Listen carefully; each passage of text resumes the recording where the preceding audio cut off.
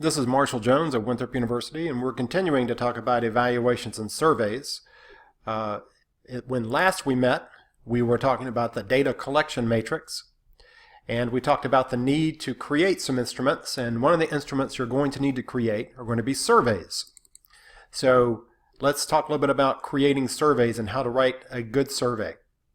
I'd like to just start right away with an example. So one of the surveys that you're probably the most familiar with is the course evaluation survey. So we're going to look at writing a course evaluation for no-name state university, and I'll ask you the question, how would you go about writing a survey and what would you do first? Well, for many people, what the first thing that people want to do when they're looking at writing a survey is to start writing questions, and that's the worst thing you can do. You do not want to start out by writing questions. If you simply write questions, then what you get is you get answers to your questions. And on the face of it, that's not a bad thing. However, if you're writing a survey, you want to be able to say something about what the data says out of the survey. And so you want to be able to take your survey and you want that survey to paint as broad a picture as you can of what it is that you're trying to evaluate. So, which means that all your questions have to be working together.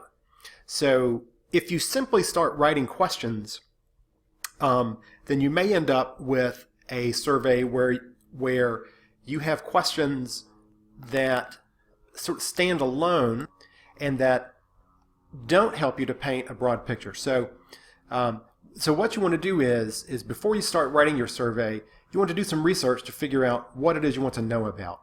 So I would recommend that you take a look at the literature on the topic that you want to evaluate, to talk to the stakeholders, the people within the organization, and then be looking at observations and experiences. So if we're writing a course evaluation for no-name state university, then what I would encourage you to do is, so let's assume that we have done that, and this is what we've found. We've looked at some literature, and we've looked at literature on learner satisfaction. Okay? Now, notice here that I've got a code, and that code is ILIT, and that stands for Issues in the Literature. So we've looked at literature on learner assessment, and literature on assessment, and we've got these codes. All right? Now, the codes are really important. We'll get to those in a moment. So we've done interviews with current students, with current faculty, and we've done interviews with administrators, and we're using this is I for issue and LOC for local people. And then we've done interviews with experts on university teaching, and again we've got I and EXP for experts. So here's a key down here where you can see what all those things stand for. Now, we want to have these coded because knowing where these issues are from is going to help us to make sure that when we write our surveys that we're going to have an equal distribution of questions or an appropriate distribution of questions on the survey. So when you write a survey, if you've ever taken a survey, you know that long surveys are difficult to do, and that if you ask too many questions, people begin to check out of the survey. So we want to keep our surveys somewhere in the neighborhood of 15 to 25 questions. Maybe a few less, maybe a few more, but any more than 25, and you're going to run into the risk of people not actually finishing the survey. So here are our broad issues. So we've identified our issues. Now notice that I'm using the language to discover our broad issues in course evaluation. So I want you to notice that because now we're going to look at discovering local issues at no-name university. So we're going to be talking with people.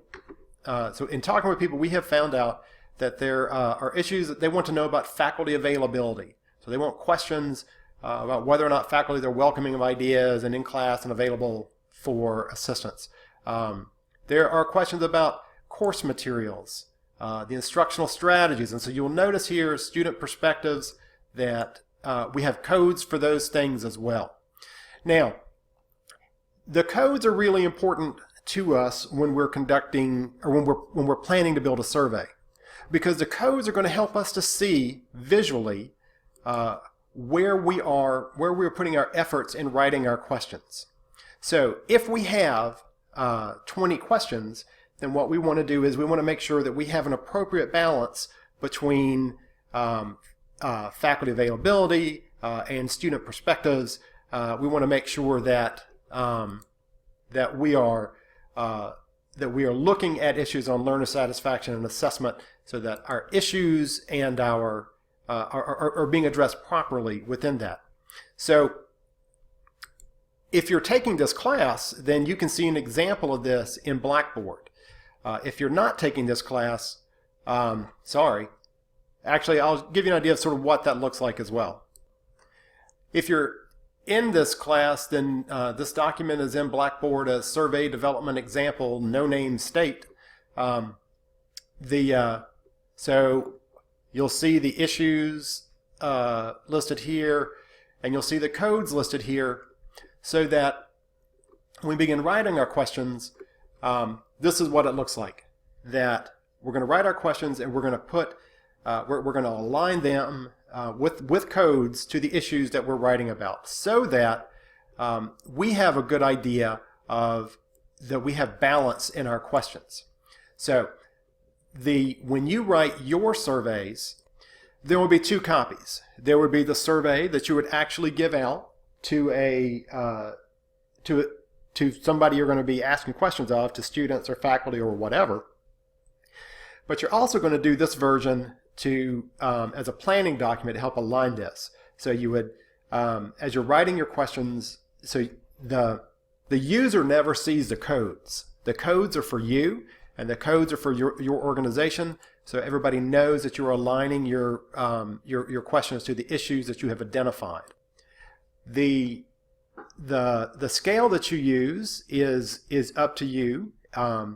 It is difficult sometimes for people to distinguish from the granularity perspective among more than about 5 different options. So that's why you tend to see strongly agree, disagree, neutral agree, strongly agree, or you can be fairly binary, disagree, neutral, agree.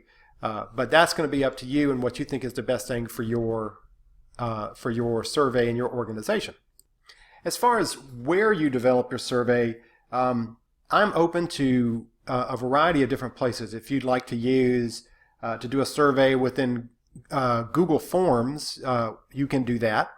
If you would like to do a paper survey, you can do that. I will tell you that anytime that you can automate that process, it's better for you, because if you do it if you do a paper-based survey, you're just going to have to turn around and enter that data into something. Whereas if you do a computer-based survey, then that data will be collected, and you'll be able to get summary statistics on that from the program that you use. But it's not particularly difficult to do that. This is another document you'll find in Blackboard. It's the survey template. It's just, I have just set up a table, and if you did a paper-based survey, then this is what you could use to write your question in one part, and then people could check strongly agree, etc.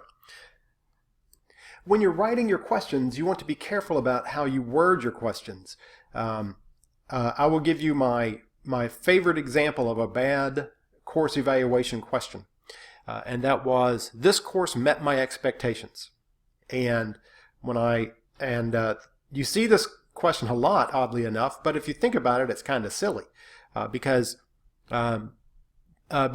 you don't know what somebody's perspective is when they get to that question.